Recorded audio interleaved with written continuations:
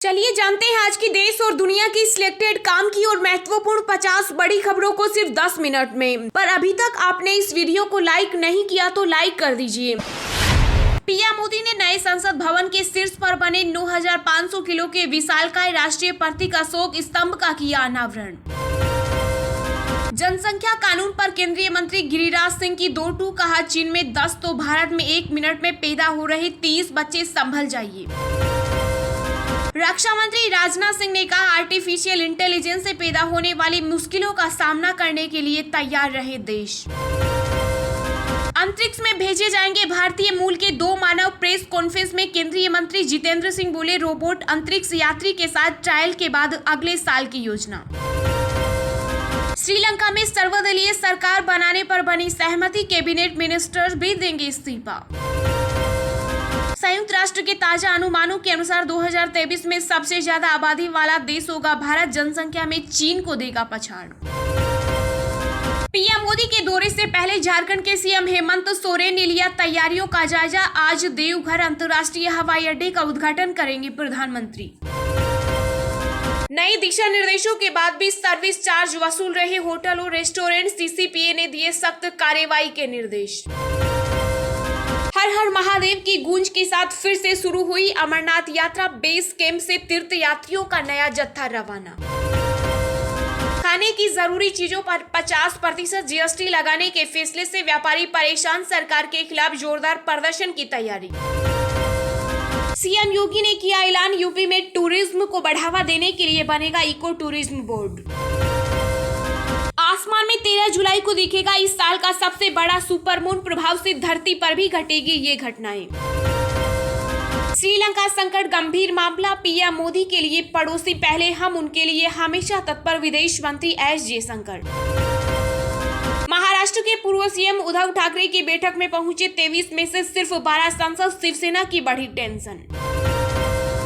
UP में 50 लाख गन्ना किसानों को चीनी मिलों में मिलेंगे शेयर, 40 जिलों में सर्टिफिकेट बांटने की तैयारी कर रही योगी सरकार। पेट्रोल गाड़ियों से भी सस्ते में मिलेंगे इलेक्ट्रिक वाहन, ऑटो कंपनियां ला रही है नई टेक्नोलॉजी। श्रीलंका संकट के बीच भारत ने सीमा पर बढ़ाई चौकसी, तमिलनाडु केरल तट पर निगरानी तेज, तैनात किए गए होवरक्राफ्ट और गश्ती जहाज। कन्हैयालाल के अलावा 5 लोगों का गला रेतना चाहते थे गोश और रियाज, फरहाद शेख ने की थी रेकी, दहशत फैलाना था वीडियो बनाने का मकसद। महाराष्ट्र में सियासी बयानबाजी तेज, शिवसेना नेता संजय राउत बोले, यह सरकार संविधान के मुताबिक नहीं बनी। केंद्रीय मंत्री स्मृति ईरानी ने की भगवान राम की पूजा, महुआ मोइत्रा पर कहा, हिंदू देवी देवता का अपमान करना टीएमसी की राजनीति। कांग्रेस के शीर्ष पदाधिकारियों की नई दिल्ली में बैठक, जम्मू कश्मीर में नए प्रमुखों की नियुक्ति पर होगी चर्चा। 54 साल की दादी ने लगाई गजब की रेस, भारत को दिलाए 1 स्वर्ण और 2 कांस्य पदक।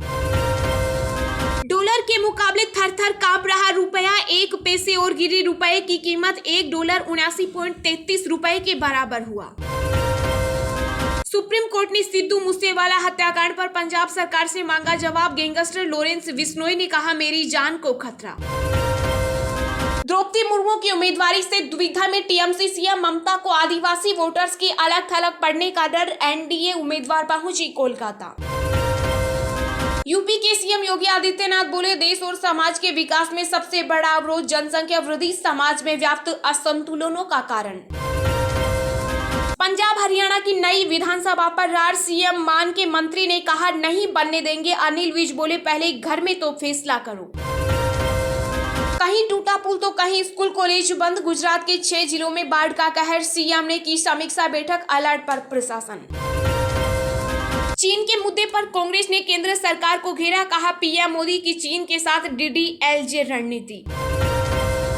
दिल्ली में महंगी हुई बिजली, चार्जर में 4% की बढ़ोतरी आज से ही लागू मानी जाएगी बढ़ी हुई दरें। राजस्थान में गहलोत सरकार ने मुख्यमंत्री निःशुल्क दवा योजना में 824 नई दवाओं को शामिल किया, देश का पहला राज्य जहां 1795 दवाइयां मिलेगी एकदम फ्री। रंग लाई योगी सरकार की मेहनत, यूपी में स्कूल चलो अभियान में हुआ 40 लाख से अधिक नए बच्चों का रजिस्ट्रेशन। श्रीलंका नहीं भेजे जाएंगे भारतीय सैनिक, उच्चायोग ने मीडिया की खबरों को किया खारिज। उद्धव ठाकरे को सुप्रीम कोर्ट से मिली राहत। अदालत ने विधायकों की अयोग्यता पर फैसला लेने से स्पीकर को रोका। गुजरात में बाढ़ से बेकाबू हुए हालत, अब तक 61 लोगों की मौत। पीएम मोदी ने केंद्र से भेजी टीमें। टेस्ला व स्पेस एक्स के सीईओ एलन मस्क को कोर्ट में घसीटेगा ट्विटर। न्यूयॉर्क की शीर्ष लो फर्म को सौंपा जिम्मा। भारतीय खिलौना बाजार में चीन हुआ बोना। मार्केट में विक्रेता सहित खरीदार भी कर रहे हैं चीनी खिलौनों का बॉयकॉट। बीजेपी के डबल इंजन सरकार के बयान पर तेलंगाना के सीएम केसीआर ने कसा तंज। कहा, केंद्र की ताकत सिर्फ 50 हॉर्स पावर, हमारी पावर 100। छत्तीसगढ़ सरकार ने बनाई मछुआ नीति, मछली पालन को दिया कृषि का दर्जा। सीएम बघेल बोले, पॉलिसी का ज्यादा से ज्यादा लोग उठाए लाभ। राजस्थान में मनरेगा में 300 करोड़ रुपए की हेराफेरी, गहलोत सरकार के मंत्री ने किया दावा। उच्च स्तरीय जांच कमेटी का गठन। हिमाचल में फिर जरूरी होगा मास्क और सोशल डिस्टेंसिंग, स्वास्थ्य विभाग ने कोरोना टेस्टिंग बढ़ाने का दिया निर्देश। देश में छाए संकट के बीच राष्ट्रपति को लेकर नया खुलासा। श्रीलंका नेवी के सुरक्षा घेरे में छिपे हैं गोटाबाया राजपक्षे। उत्तराखंड के आयुष्मान हेल्थ कार्ड वालों के लिए गुड न्यूज, मुफ्त इलाज पर छाया संकट हुआ खत्म। धामी सरकार ने जारी किया बजट। काली विवाद में फिल्म मेकर लीना को दिल्ली की अदालत ने भेजा समन। 6 अगस्त को होगी सुनवाई। सुप्रीम कोर्ट ने सिद्धू मूसेवाला हत्या की सीबीआई जांच की याचिका की खारिज। कहा, मामले को सियासी रंग न दें। अमरनाथ में दिल्ली के श्रद्धालुओं की मौत के बाद सीएम केजरीवाल का बड़ा ऐलान। परिवार को देंगे 10-10 लाख रुपए का मुआवजा।